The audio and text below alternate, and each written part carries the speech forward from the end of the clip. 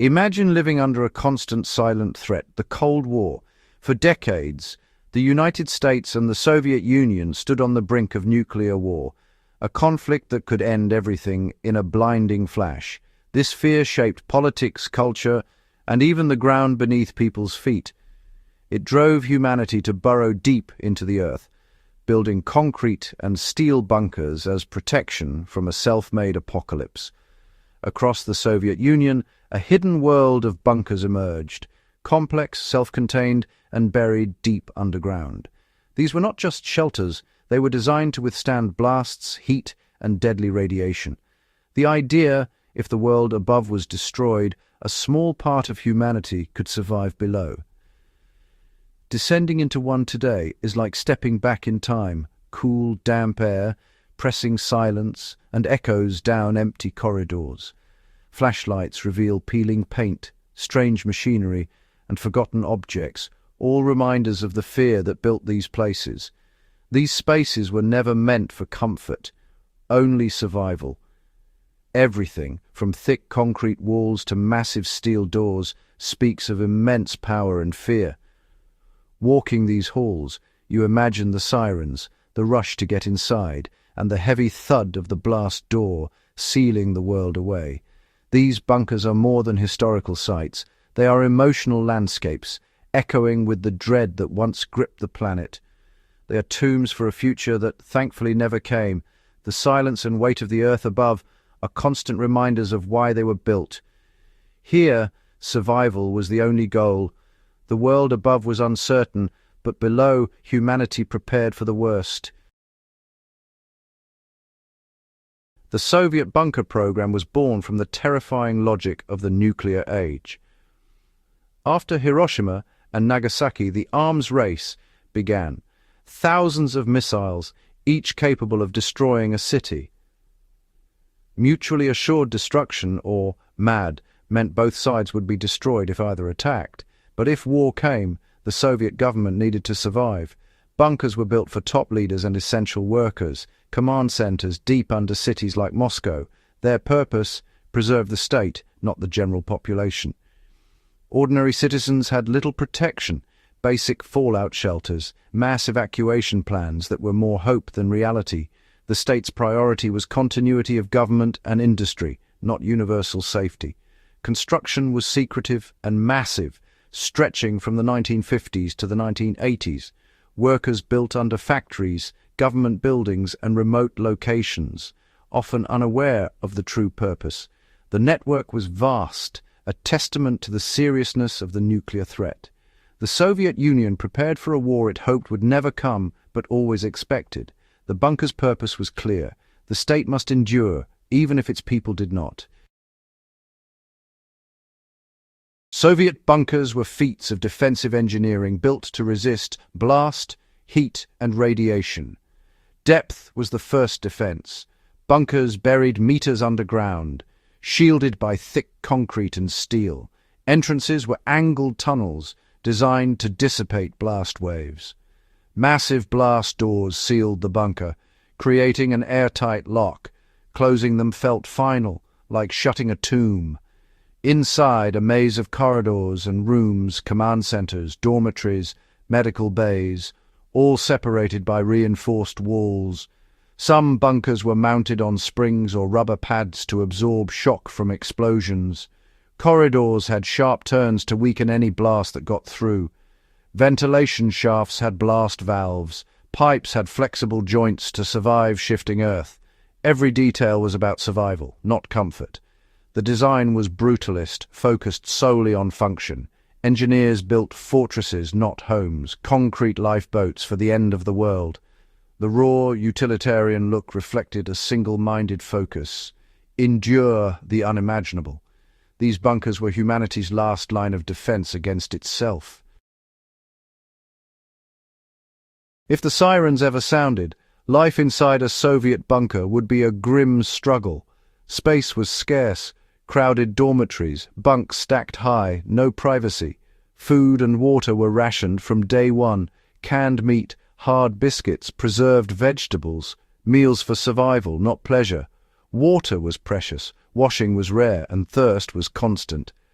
Sanitation was a daily challenge.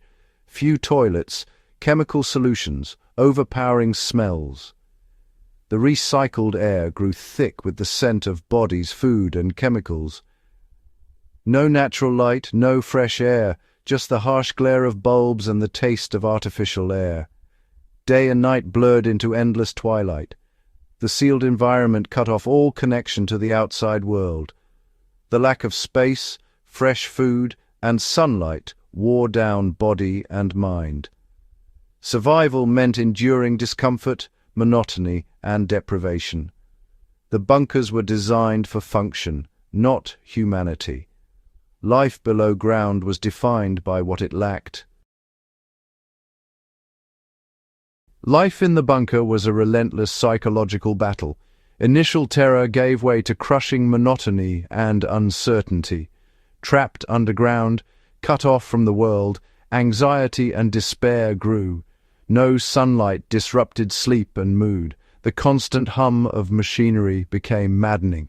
Cramped conditions erased privacy, fueling conflict and stress. Strict routines tried to maintain order, but boredom and tension were constant enemies. Grief and loss haunted everyone. Wondering about loved ones left behind. The bunker saved lives, but not from trauma. Survivors became ghosts, haunted by the world they lost. Survival in a Soviet bunker depended on fragile technology. Air was filtered through layers, dust, radioactive particles, poison gases, all powered by diesel generators. Fuel was limited, setting a strict survival clock. Water came from wells or storage tanks, always finite. Waste was managed by recycling systems or septic tanks, both prone to failure. Power was the lifeblood. If generators failed or fuel ran out, life support systems would shut down. Every system had a breaking point. Filters clogged, pumps broke, generators failed. Spare parts and engineers could only do so much. A minor problem could become a crisis in a sealed bunker. The hum of machinery was the heartbeat of survival. If it stopped, so did hope. Technology offered a lifeline, but it was always fraying. The limits of these systems defined the limits of life underground. With the Cold War's end, Soviet bunkers lost their purpose. Most were abandoned, sealed, silent, and left to decay. Today, urban explorers and historians rediscover these relics, frozen in time. Inside, damp air, rust, peeling paint, and echoes of a vanished world.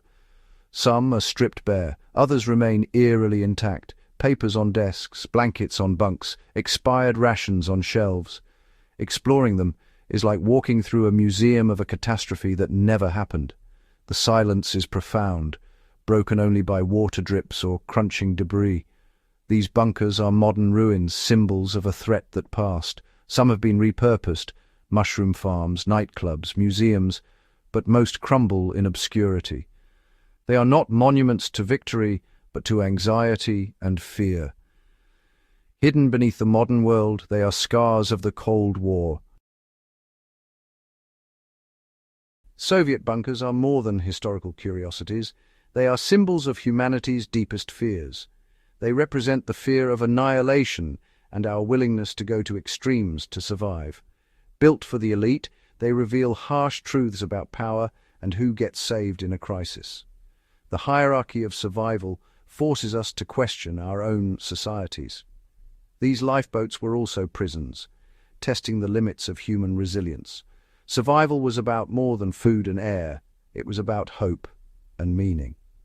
The bunkers ask, is survival enough if it costs us our humanity? Today, as new global threats emerge, their legacy feels relevant. They warn us how fear can shape societies and technologies. Looking at a rusted blast door, we see not just the Cold War, but our own vulnerabilities. The bunkers are mirrors, reflecting our struggle with fear and survival. What is the most powerful message of these Soviet bunkers? Above all, they embody the incredible human will to endure. Built in fear, they are monuments to the refusal to give up. Every detail, thick walls, air filters, food stores, was a desperate promise of tomorrow. The designers planned not for glory, but for survival, however minimal.